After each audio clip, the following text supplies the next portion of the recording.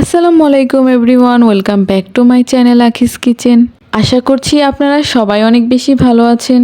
আজকে আমি আপনাদের সাথে ভ্যালেন্টাইন্স ডে স্পেশাল একটি রসমালাই রেসিপি শেয়ার করব। যেহেতু ভ্যালেন্টাইন্স ডে স্পেশাল রসমালাই, এজন্য আমি এই রসমালাইয়ের শেপটাকে লাভ করে দিয়েছি আর কালারটাও রেখেছি পিঙ্ক কালারের। রসমালাইটা বানানোর পর এটা দেখতে এত বেশি সুন্দর লাগছিল যে আমার মনে হচ্ছিল আমি এটাকে শুকেছে সাজিয়ে রেখে দিই। আমার এই রসমালাইটা খেতেও কিন্তু দারুণ মজার ছিল, একদম দোকানের মতো পারফেক্ট রসমালাই তৈরি করেছিলাম। এটা তৈরি করার পর বাসার সবাই এত বেশি পছন্দ করেছে যে ভাবলাম রেসিপিটা আপনাদের সাথে শেয়ার করে দিই। তাহলে চলুন শুরু করা যাক আমার এই Valentine day special pink colour heart shape রসমালাইয়ের রেসিপিটি। রসমালাই তৈরি করার জন্য আমি প্রথমে ছানা তৈরি করে নিব।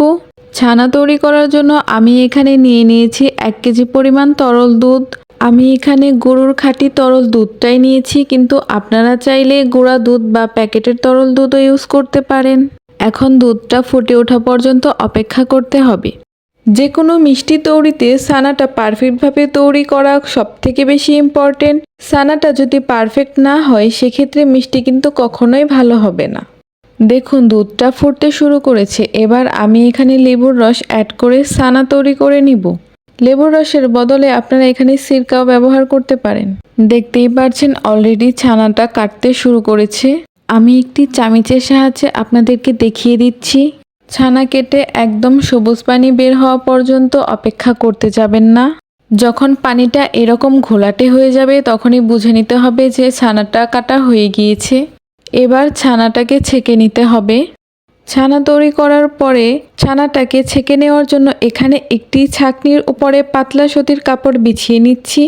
এবার ছানাগুলোর পানি ঝরিয়ে নিয়ে হাত দিয়ে চেপে চেপে যতটুকু সম্ভব ছানাটার এক্সট্রা পানিটুকু ঝরিয়ে নিতে হবে।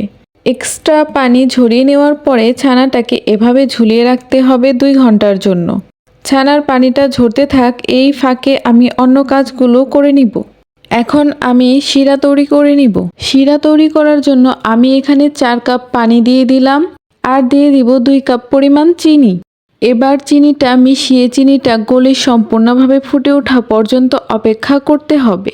দেখতেই পাচ্ছেন শিরাটা ফুটে উঠতে শুরু করেছে। তো এই শিরাটা ফুটে ওঠার পরে চুলার আঁচটা লোতে করে আমি এভাবেই রেখে দিব। শিরাটা আগে করে রাখলে ভালো হয়, এতে করে মিষ্টিটা তৈরি করার পর সরাসরি শিরার মধ্যে দিয়ে দেওয়া যায়। অনেক সময় দেখা যায় মিষ্টি তৈরি করে বেশিক্ষণ রেখে দিলে মিষ্টির উপরে ড্রাই হয়ে যায়, এতে করে কিন্তু মিষ্টিটা পারফেক্টভাবে তৈরি হয় না। আর এরই মাঝে আমার ছানার পানিটাও ঝরে গিয়েছে।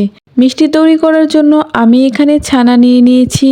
এখন ছানাটাকে ভালো করে মথে নিব। তার আগে আপনাদেরকে দেখিয়ে দিচ্ছি ছানাটা কতটা ঝরঝরে হয়েছে এবং ছানাটা কতটা পারফেক্ট হয়েছে, যেটার সঙ্গে সঙ্গে মসৃণ হয়ে যাচ্ছে।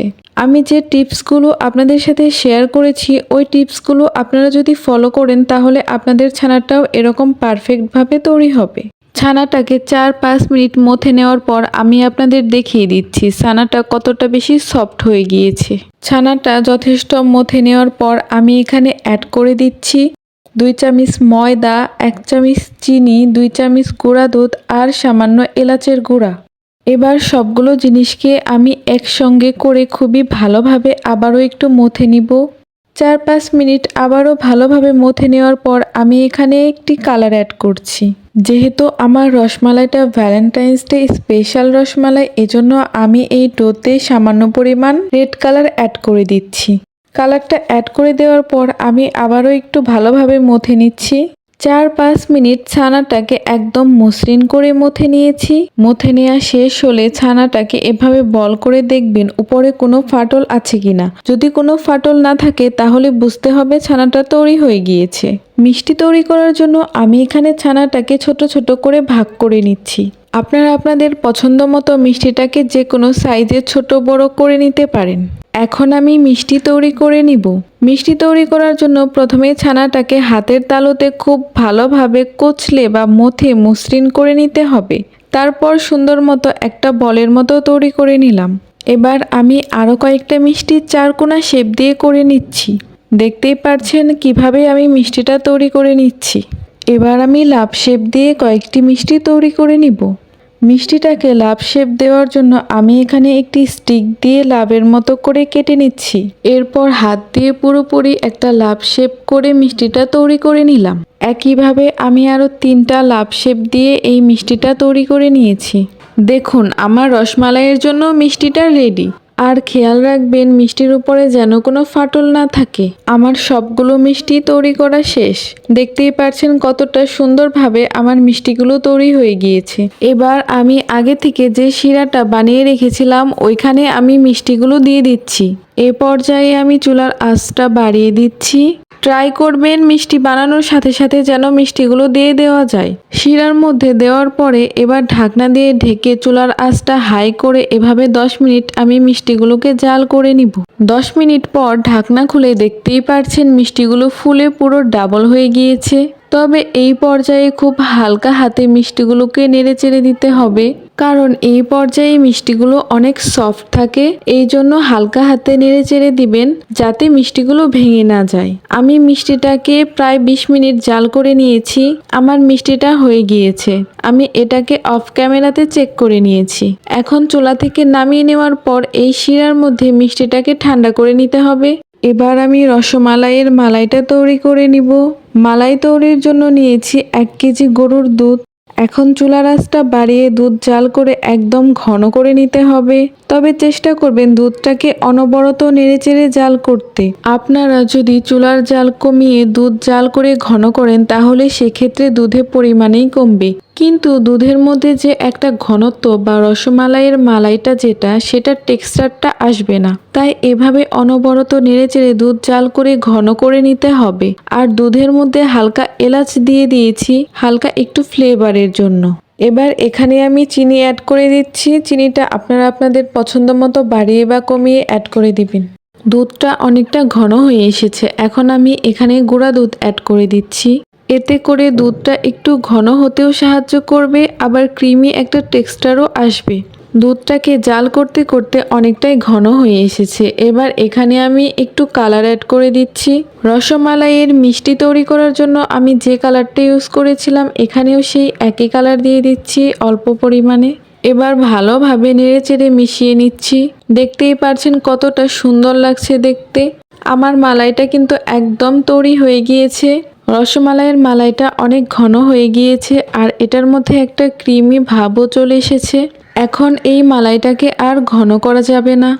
এ পর্যায়ে আমি চুলাটা বন্ধ করে দিব।